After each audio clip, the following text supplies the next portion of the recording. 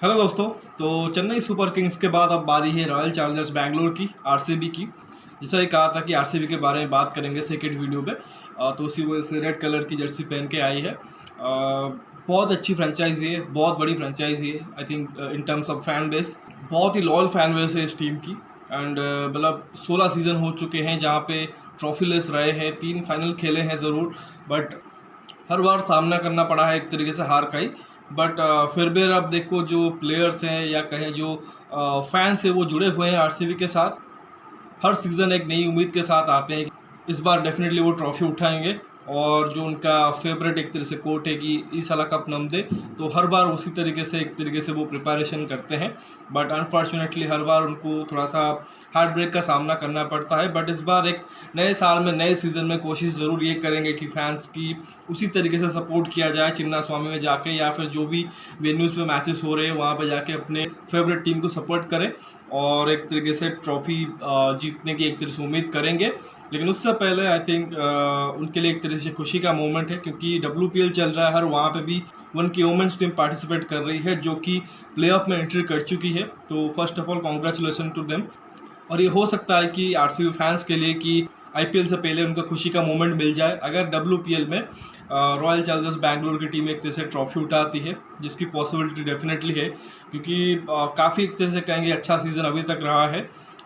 तीसरे पायदान पे एक तरीके से उन्होंने एक तरह से फिनिश किया है और वहाँ पे क्वालिफाई किया है। आई थिंक जो आखिरी मैच वो लीग मैच एमआई के अगेंस्ट खेले थे और ज़बरदस्त मैच जीता है और उसी के साथ एक तरह से क्वालिफाई किया है।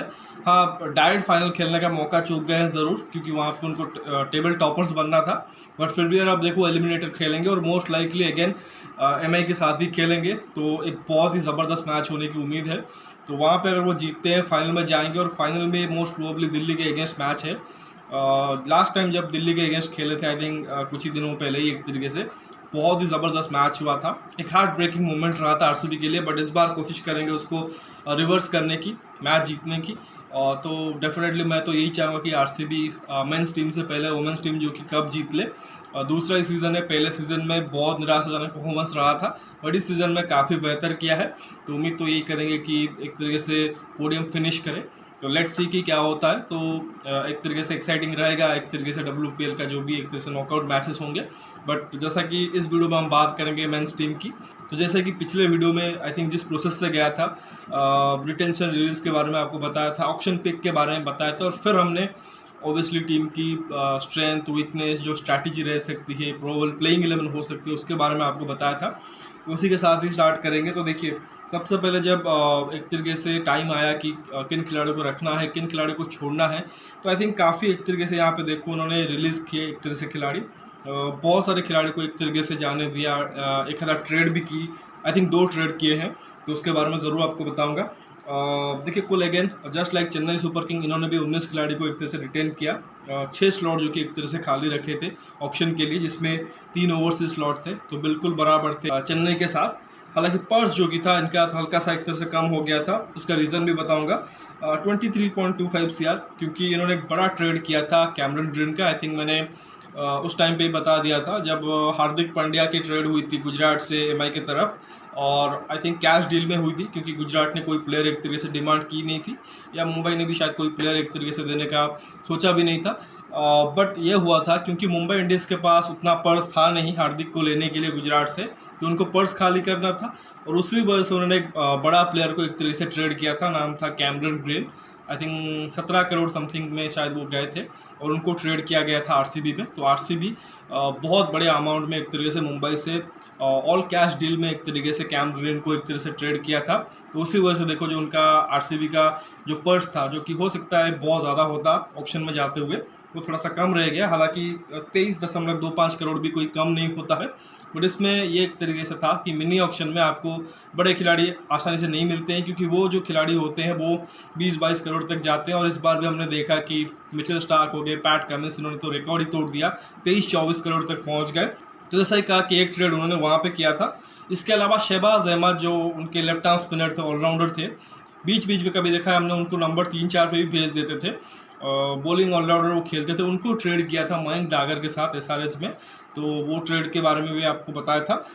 खैर इसके अलावा देखो तो बहुत से बड़े नामों को, बहुत से रेगुलर नामों को उन्होंने एक तरह से रिटेन किया था, जिसमें फैफ कप्तान है, फिर विराट थे, रजत पाटीदार जिन्होंने एक सीज़न खेला है इस टीम के लिए, पिछले सीज़न में इंजरी की वजह से बाहर थे तो उनको रिटेन किया। फिर सुरेश प्रभु देसाई, अनुज रावत विकेट कीपर बैकअप होंगे most likely, Dinesh Karthik most likely आखिरी सीज़न हो सकता है। आई थिंक रिसेंटली मैं कहीं पढ़ रहा था कि उन्होंने बोला था कि ये मेरा आखिरी सीज़न हो सकता है आईपीएल में, उसके बाद वो शायद डोमेस्टिक जो तमिलनाडु के लिए खेलते हैं शायद उस पर एक तरीके से शायद मुश्ताक अली हो गया, विजय हजारे हो गया, उस पर फोकस करेंगे। इसके अलावा आकाशदीप रिसेंटली हमने टेस्ट सीरीज़ में देखा था कि कितनी अच्छी उन्होंने गेंदबाजी की थी। फिर मोहम्मद सिराज लीडर होंगे उस बॉलिंग अटैक के, रंजन कुमार, हिमांशु शर्मा, कर्ण शर्मा, ये सब डोमेस्टिक के गेंदबाज है। इसके अलावा रिश टॉपली जो इंग्लैंड के लेफ्ट आर्म सीमर है, ज़्यादातर एक तरह से इंजरी की वजह से बाहर रहते हैं, बट होप करेगा आरसीबी की इस बार वो फुल्ली फिट रहें। Manoj Bhandage again domestic player, मोईपाल रोमरोड थोड़ा एक्सपीरियंस हो चुका है आईपीएल का, काफ़ी सालों से खेल रहे हैं। फिर Glenn Maxwell, big show Maxwell बहुत इंपॉर्टेंट फैक्टर रहेंगे आरसीबी के लिए उस मिडिल ऑर्डर में एज एन ऑलराउंडर। फिर विल जैक्स, अनफॉर्चुनेट है आरसीबी की विल जैक जैसा प्लेयर को ये बेंच पे रखेंगे। वहाँ पर देखो कि जितने भी सारे इंटरनेशनल क्रिकेट में लीग्स हो रहे हैं, पीएसएल हो गया, बिग बैश लीग हो गया, द 100 हो गया, या कहीं पे भी आप देख लो SA20 हो गया, हर जगह पे विल जैक्स ने अपना एक तरह से छाप छोड़ा है एज एन ऑलराउंडर। वही आई थिंक वही ग्लेन मैक्सवेल वाली यूटिलिटी देते हैं, बट ग्लेन मैक्सवेल थोड़े एक्सपीरियंस है, विल जैक्स अभी उतने एक्सपीरियंस नहीं है, बट T20 क्रिकेट का काफ़ी एक्सपीरियंस है, बट अनफॉर्चुनेटली आरसीबी की उनको खिला नहीं पाएगी। इसके अलावा जैसा कहा कि कैम ग्रीन ट्रेड हुए हैं एमआई से, मयंक डागर भी ट्रेड हुए हैं एसआरएच से, और फिर विजय कुमार बैशाख जो उनके तेज़ गेंदबाज है। तो इतने ही खिलाड़ी अगर आप देखो इन्होंने ऑक्शन से पहले एक तरीके से अपने टीम में रखे हैं। बाकी जो रिलीज़ किया है उसमें भी देखो अच्छी खासी लंबी चौड़ी लिस्ट है, जिसमें फिन एलन है, विकेट कीपर बैट्समैन न्यूजीलैंड से, top of the order. Again उनको ज़्यादा खिला नहीं पा रहे थे, यूज़ नहीं कर पा रहे थे, उसी वजह से शायद उनको रिलीज़ कर दिया है। माइकल ब्रेसवेल ये वनिंदु हरसरंगा के जगह पे आए थे पिछले सीज़न में, बट अगेन कुछ ही मैचेस में खेले थे, उसके बाद वो उनको भी यूज़ नहीं किया था तो उनको भी रिलीज़ कर दिया है। बट एक बड़ा सरप्राइज़ देखने को मिला, वनिंदु हरसरंगा जिसको कि 10-11 करोड़ के आसपास उन्होंने एक तरीके से खरीदा था ऑक्शन से, उनको रिलीज़ कर दिया, जबकि उनके पास कोई प्रीमियर स्पिनर नहीं है। एक करण शर्मा के रूप में ज़रूर है, ग्लेन मैक्सवेल थोड़ी सी पार्ट टाइम स्पिन ज़रूर डालते हैं, बट वनिंदु हरसरंगा एक जेन्युइन विकेट टेकर थे, तो उनको उन्होंने रिलीज़ कर दिया, जो कि काफ़ी एक तरह से कहेंगे हैरान वाली बात थी। इसके अलावा भी देखो तो डेविड विली को जाने दिया, जॉस हेजलवुड को जाने दिया। मतलब सोच रहा था मैं बैठ के कि ये कर क्या रहे हैं, जब एक तरह से अपनी रिटेंशन लिस्ट जारी कर रहे थे कि सारे के सारे अपने गेंदबाज को छोड़ रहे हो, काफ़ी इंपॉर्टेंट प्लेयर हैं। बट अगेन देखो जॉस हेजलवुड शायद अवेलेबिलिटी का इशू हो सकता है। डेविड विली और हर्षरंगा का मुझे पर्सनली सरप्राइजिंग लगा, क्योंकि वो दोनों अच्छे खिलाड़ी थे, ऑलराउंडर है दोनों, बॉलिंग ऑलराउंडर और काफ़ी यूटिलिटी प्लेयर है, तो उनको छोड़ना मुझे थोड़ा सा सरप्राइजिंग लगा। इसके अलावा देखो तो इंडियन गेंदबाज में भी सिद्धार्थ कौल और हर्षल पटेल को भी छोड़ दिया। हर्षल पटेल जो कि पर्पल कैप विनर थे शायद इसी टीम के लिए 2022 में, उनको एक तरह से रिलीज़ कर दिया। फिर सिद्धार्थ कौल हालांकि उनको इतना यूज़ नहीं कर पा रहे थे, बट अगेन इंडियन डोमेस्टिक के एक्सपीरियंस गेंदबाज है। फिर अगर आप देखो जो एक तरह से डोमेस्टिक में आप देखो सोनू यादव हो गए, अविनाश सिंह हो गए, इनको छोड़ा था। फिर केदार जाधव एक्सपीरियंस प्लेयर है, बट शायद अभी उतना यूटिलिटी नहीं दे रहे हैं, उसी वजह से उनको भी रिलीज़ कर दिया। वेन पार्नल अगेन एक अच्छे left arm seamer south Africa के, पिछले सीज़न में शायद आए थे, कुछ मैचेस खेले भी थे, अच्छा भी किया था, बट अगेन उनको भी रिलीज़ कर दिया। और जैसा ही कहा कि शहबाज अहमद को ट्रेड किया था एसआरएच में, तो ये इनकी रिलीज लिस्ट थी। और जस्ट आई सेड की 6 स्लॉट खाली थे 3 ओवरसीज इसमें, और 23.25 CR में एक तरह से ऑप्शन में गए थे। और कहीं ना कहीं अगर आप देखो इन्होंने बैटिंग हेवी साइड रखी थी, बॉलिंग इनको चाहिए था डेफिनेटली, क्योंकि काफ़ी सारे गेंदबाज को इन्होंने छोड़ा था, तो इनको बॉलिंग एक तरह से भरनी थी। और उसी के बाद अगर आप देखो जो उन्होंने ऑप्शन किया है वो उतना आई थिंक अच्छा नहीं लगा पर्सनली, क्योंकि काफ़ी सारे गेंदबाज तो भरे, वो उतने क्वालिटी के थे नहीं। और उन गेंदबाज को देखोगे तो फिर आपको लगेगा कि चिन्ना स्वामी का ग्राउंड है, फिर ये बॉलिंग अटैक, ये तो वही बात हो गई कि हर साल की तरह इनकी बैटिंग हेवी साइड रहती है, बट बॉलिंग वैसी रहती है जो जितने भी रन पड़ेगी उसको पिटवा देगी। तो यहाँ पे देखो इन्होंने कुछ गेंदबाज लिए हैं, मैं आपको बताता हूँ। जैसे लॉकी फर्गुसन को लिया 2 करोड़ में, अल्जारी जोसेफ को 11.5 करोड़ में लिया, अब पता नहीं उसके पीछे क्या सोच थी। यश दयाल 5 करोड़ में गए। इसके अलावा टॉम करन को भी 1.5 करोड़ में लिया है। और डोमेस्टिक से सौरभ चौहान 20 लाख और स्वप्निल सिंह 20 लाख। अब इसमें देखो जैसे का लॉकी हो गए, अल्जारी, यश दयाल, टॉम करन, ये कोई T20 के स्पेशलिस्ट बॉलर नहीं है। और स्पेशली इन गेंदबाजों के साथ ऐसा है कि डेथ में अगर ये गेंदबाजी करेंगे तो फिर हर ओवर में 15-20 रन पड़ने की एक तरह से चांसेस है। एक तो इनके पास पर्स ज़्यादा नहीं था कि मिचेल स्टार्क या पैट कमिंस के पास जाए, तो ये एक तरीके से जिस गेंदबाजों के पास गए आई थिंक वो काफ़ी एक तरीके से हल्के ही गेंदबाज हैं। हाँ, अच्छा कर जाए IPL के टाइम वो एक तरह से अलग बात है, बट फिलहाल अगर इस बॉलिंग लाइनअप के देखोगे स्पेशली जो फॉरेन डिपार्टमेंट है काफ़ी हल्की दिखेगी। हाँ, ये ज़रूर है कि हो सकता है कि स्टार्टिंग 11 का हिस्सा ना हो, क्योंकि जो इन्होंने रिटर्न किए थे इसमें सिराज, आकाशदीप, रीश टॉपली, ये हो सकता है कि स्टार्टिंग 11 का हिस्सा है, जो कि काफ़ी अच्छे गेंदबाज हैं। बट अगेन वो भी कोई ऐसा नहीं है कि कोई डेथ ओवर स्पेशलिस्ट हो, वो सारे के सारे नई बॉल या मिडल ओवर में ही एक तरीके से गेंदबाजी करते हैं। तो बॉलिंग अगेन देखो RCB की एक तरह से चैलेंज रहेगी। तो उसी में देखो आई थिंक अब स्ट्रेंथ की और वीकनेस की बात करें तो देखिए स्ट्रेंथ क्लियरली इनकी हैवी बैटिंग लाइनअप है, जो टॉप ऑर्डर है, टॉप हैवी बैटिंग लाइनअप है। Faf, Virat, Rajat Patidar at 3, Maxwell probably at 4, और फिर कैम ग्रीन एट 5, और फिर 6 नंबर पर दिनेश कार्तिक। आई थिंक ये टॉप 6 रहेगी। एक आई थिंक ये बैटर में भी महिपाल लोमरोर या सुयश प्रभुदेसाई को नंबर 7 पे हो सकता है खिलाए, या दिनेश कार्तिक 7 हो जाए और 6 पे लोमरोर या प्रभुदेसाई को खिला दे। अनुज रावत को भी उन्होंने काफ़ी टाइम खिलाया है। तो आई थिंक इनकी एक तरीके से प्लेइंग 11 का हिस्सा होंगे। और जो टॉप की बैटिंग देख रहे हो काफ़ी स्ट्रॉन्ग है चिन्नास्वामी के ग्राउंड के ऊपर, लेकिन जो वीकनेस इनके साथ आएगी वो है इनकी गेंदबाजी। बहुत ही हल्की गेंदबाजी मुझे लग रही है। हाँ, जैसा कि कहा कि अगर IPL में अच्छा कर जाए वो अलग चीज़ होगी, बट नॉर्मली अगर आप नाम देखते हो लॉकी फर्गुसन, टॉम करन, यश दयाल, अल्जारी जोसेफ या रीश टॉपली भी हो गए, मोहम्मद सिराज, इनमें से कोई भी मुझे डेथ ओवर्स का गेंदबाज नहीं दिखता है। तो आई थिंक ये एक तरीके से उनके लिए प्रॉब्लम हो सकती है, specially playing at that ground. इनके होम ग्राउंड में ही सबसे ज़्यादा डिसएडवांटेज उनको होगा। बाकी जो ग्राउंड्स पे एक तरीके से अच्छा कर सकते हैं।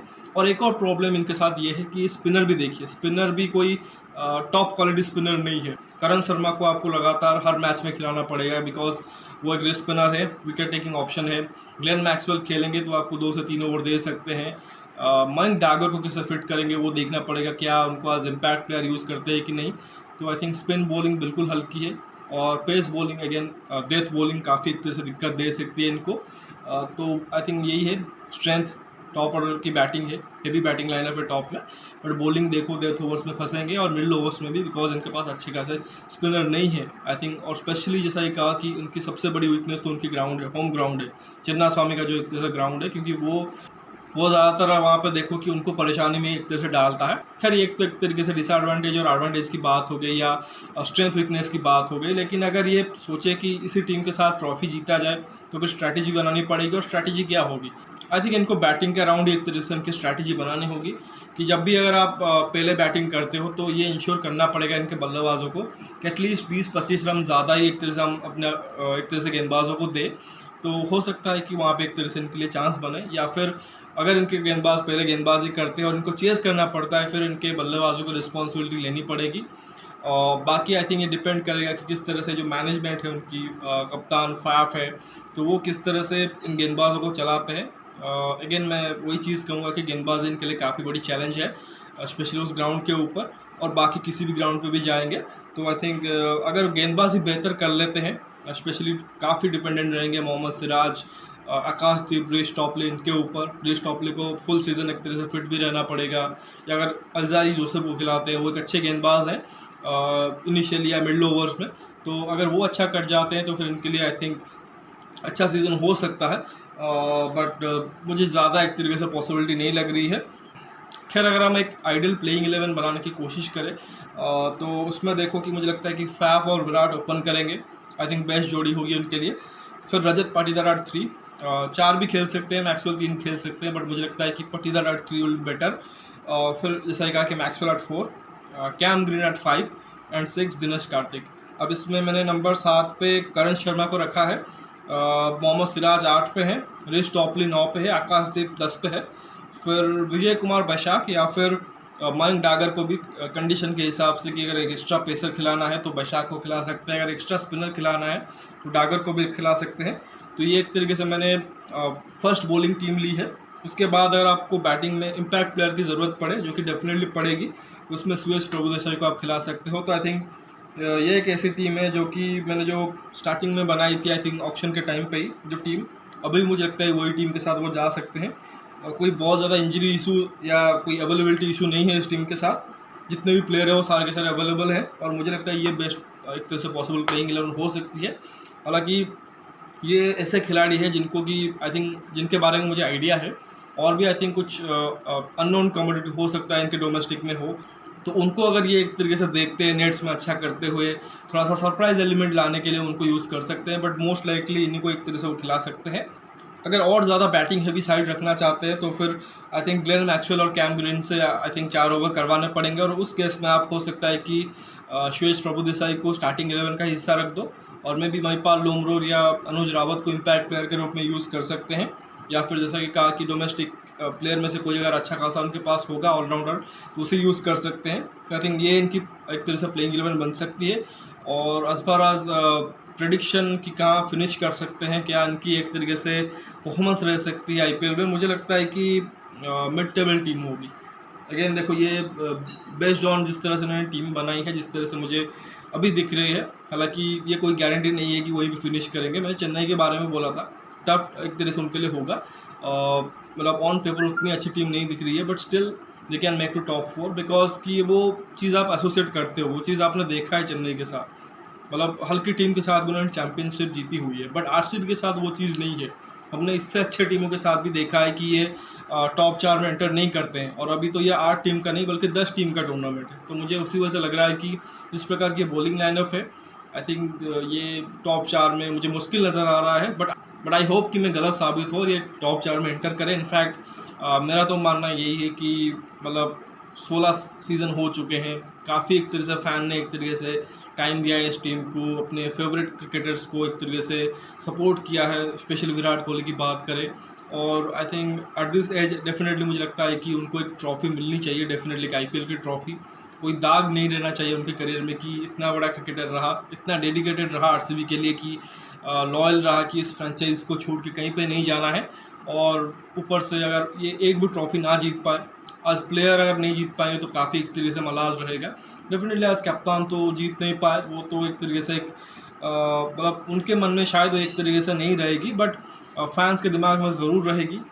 बट अगर वो एक प्लेयर के रूप में जीत पाते हैं तो डेफिनेटली एक तरीके से एक अच्छा मोमेंट्स रहेगा उनके, और साथ ही उनके करोड़ों फैंस के लिए भी। तो डेफिनेटली मैं तो चाहूँगा अगर चेन्नई नहीं जीत रही इस बार, क्योंकि डेफिनेटली एमएस का आखिरी सीज़न हो सकता है, और उसी वजह से चाहूँगा कि चेन्नई जीते। बट अगर चेन्नई नहीं जीत रही है तो आरसीबी डेफिनेटली जीते। तो मैं तो यही चाहूँगा कि जहाँ से स्टार्ट हो रहा है वहीं पर फिनिश हो, आरसीबी और चेन्नई एक तरह से फाइनल हो, और कोई भी जीते फ़र्क उतना नहीं पड़ेगा। तो डेफिनेटली आई वांट कि विराट इस बार ट्रॉफी उठाए और उसके बाद जाके वेस्ट इंडीज़ में वर्ल्ड T20 भी उठाए। तो लेट्स सी कि क्या होता है, बट देखते हैं। अगेन सेम चीज़ कहूँगा, आरसीबी के लिए थोड़ा सा मुश्किल नज़र आ रहा है टॉप 4, बट होप करूँगा कि डेफिनेटली वो टॉप 4 में एंटर करे और ट्रॉफी जीत के आए।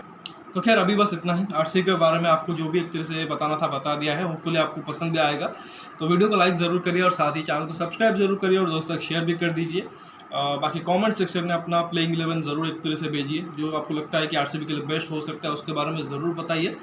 और बाकी अगले वीडियो में हम बात करेंगे दिल्ली की। दिल्ली और पंजाब का नेक्स्ट गेम है आई थिंक पहले मैच के बाद। तो दिल्ली में भी अगर आप देखिए तो खुशी का माहौल है, क्योंकि ऋषभ पंत काफ़ी टाइम के बाद एक तरह से कमबैक कर रहे हैं, तो बहुत ज़्यादा उसके लिए खुशी है। मतलब कि can't wait to see him playing cricket again. एक बहुत ही मतलब बहुत अच्छा मोमेंट होगा आई थिंक इंडियन क्रिकेट के फैंस के लिए, ऋषभ पंत के लिए, उनकी जितने भी एक तरीके से सपोर्टर है उनके लिए, और स्पेशली आप देखो वर्ल्ड क्रिकेट के लिए भी, क्योंकि एक बहुत अच्छा क्रिकेटर है। बहुत ज़्यादा लोग एक तरह से उनको पसंद करते हैं। आई थिंक बहुत अच्छी एक तरह से कमबैक रही है, रिकवरी रही है। तो होपफुली एक तरह से कोशिश करेंगे कि क्रिकेट के फील्ड में उसी हिसाब से एक तरह से कंटिन्यू करें, उसी तरीके से एक बहुत अच्छा कमबैक करें। तो दिल्ली के बारे में डेफिनेटली बात करेंगे, तब तक इंतज़ार करिए। बाकी नोटिफिकेशन की घंटी दबा लीजिए ताकि हर एक वीडियो की अपडेट आपको टाइम पे मिलती रहे। मिलते हैं अगले वीडियो में, तब तक धन्यवाद, जय हिंद।